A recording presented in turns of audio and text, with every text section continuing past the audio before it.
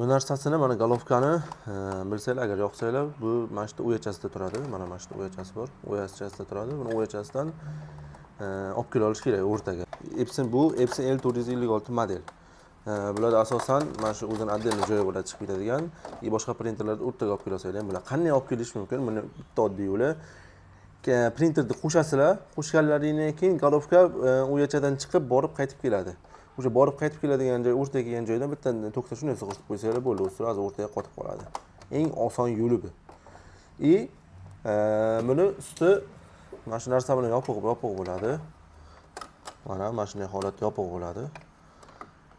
Hammasida bir xil. Mana shuni mana samariz bor, samarizni ocha olasizlar-da, buni chiqara olasizlar. Buni chiqara olganlaringdan keyin mana bu setkasi bo'ladi, mana bu plasmas. Buni chiqara olganlar, sarafdan chiqara olganlaringdan keyin mana bu yerda buni kreplenasi bor o'zini. Plasmas. Mana shu har bittasini chiqara olish kerak.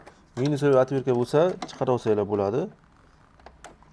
Yo qo'llaring bilanmi bosib ham chiqara olsanglar bo'ladi. Agar qo'llaring bilan bo'lmasa, minusoviy отвертка bilan mana bu yerdan kreplenasi bor o'zini. Mana bossanglar o'zi chiqadi, sirasi chiqadi. Torta olishinglar mumkin. Sekin-sekin mana bu yerdan mana shunisini ham ko'rsataman hozir. Olasizlar. Chiqara olasizlar. Mana chiqara oldinglar. Mana chiqara olganlaringdan keyin mana ko'rasizlar, havo bor ichida. Prosta hozir rangligi uchun bilinmay qo'ygan, mana havo bor. Keyin bunga отдельный shpris kerak. Hozir bunga отдельный shpris kerak. Har bittasi uchun отдельный shpris ishlatsanglar bo'ladi.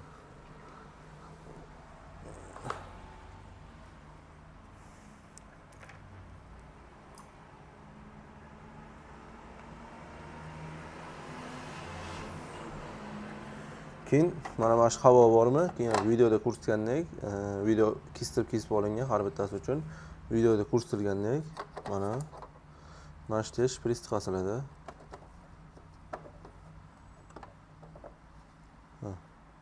Mana ko'rishinglar mumkin, havo chiqib ketadi. Mana qattiqroq shprisni bosib turib chiqaraverasizlar.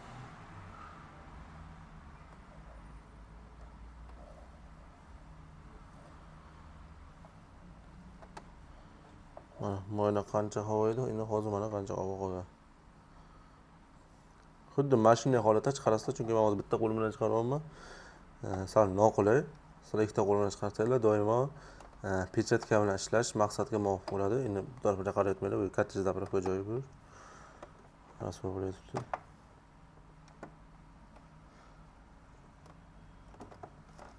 Bosib turib, tortasizlar.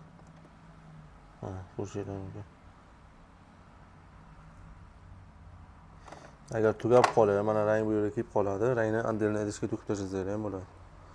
Mana uni idishga to'kib tashlaysizlar.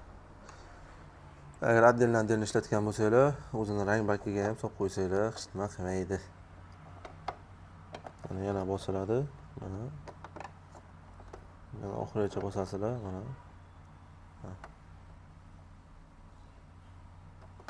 Tepaga qaratib, mana shu teshigiga qarab o'ynatib mana qilsanglar, mana o'zini rang chiqib ketadigan joyga qarab chiqishi tezroq bo'ladi. Faqat rang tortavermaysizlar-da. Chiqishi tezroq bo'ladi. Xuddi shu tartibda qilasizlar. Buni yana billah. Rasvo bo'ldi-yu. Xo'sh, shunaqa yana buni joyiga olib qo'yiladi. Mana buni ham tiqasizlar. Har bittasini joyini eslab qolinglar.